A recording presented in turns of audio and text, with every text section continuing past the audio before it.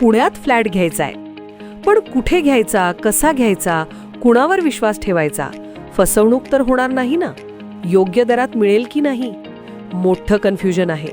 चला तर मग सर्व कन्फ्युजन दूर करण्यासाठी संपर्क साधूयात सारंग अहेर यांच्या रेरा रजिस्टर्ड ड्रीमोरा रियालिटीशी. संपर्क सारंग सुधाकर अहेर, ड्रीमोरा रियालिटी. मोबाईल नंबर 82 83 91 91 आणि 62 62 90 910.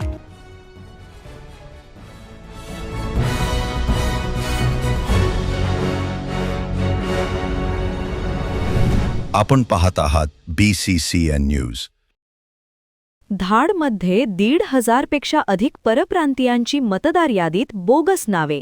यादीतून बोगस मतदार वगळण्यासाठी भाजपा आणि प्रहार संघटना आक्रमक.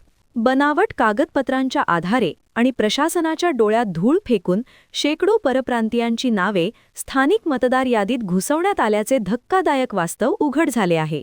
बुलढाणा तालुक्याच्या एकट्या धाड गावात हा बोगस मतदारांचा आकडा 1 ते 1,500 घरात असल्याचा खळबळजनक दावा भारतीय जनता पक्षाच्या पदाधिकाऱ्यांसह प्रहार जनशक्ती पक्षाच्या वतीने करण्यात आला असून यामुळे स्थानिक नागरिकांमध्ये संतापाची लाट उसळली आहे. जोपर्यंत मतदार यादीतून बोगस नावे काढली जात नाहीत तोपर्यंत निवडणुका घेऊ नका, अन्यथा आम्ही मतदानावर बहिष्कार टाकू, असा आक्रमक पवित्रा धाडवासियांनी घेतला आहे.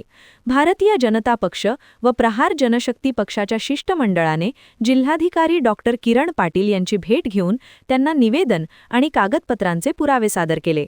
त्यानुसार या रॅकेटचे धागेदोरे थेट आसाम राज्यापर्यंत जोडलेले असल्याचं निदर्शनात आणून देण्यात आलं. आज आम्ही भारतीय जनता पार्टीचे सर्व कार्यकर्ते या ठिकाणी जिल्हाधिकारी साहेबांना निवेदन दिलेलं आहे, ज्यामध्ये बांगलादेशी रोहिंगे हे आपल्या देशामध्ये वेगवेगळ्या प्रकारे जी घुसखोरी करत आहे आणि सर्वप्रथम ते आसाममध्ये त्यांचं कुठे डॉक्युमेंट्स बनवतात, त्या आधारावर उत्तर प्रदेशमध्ये बनवतात, मुंबईला बनवतात आणि असे रूट करून ते खेड्यापाड्यांमध्ये इथपर्यंत पोहोचलेले आहे. म्हणजे त्यांनी आपली भाषासुद्धा या ठिकाणी शिकलेली आहे.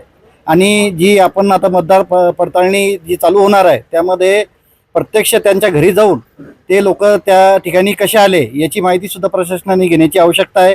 अशाच प्रकारचे प्रकार हा धाडमध्ये, देऊळघाटमध्ये आणि भरपूरशा ठिकाणी या प्रकारचे लोक आढळून आलेले आहेत. त्याचे काही पुरावेसुद्धा या ठिकाणी आम्ही सादर केलेले आहे.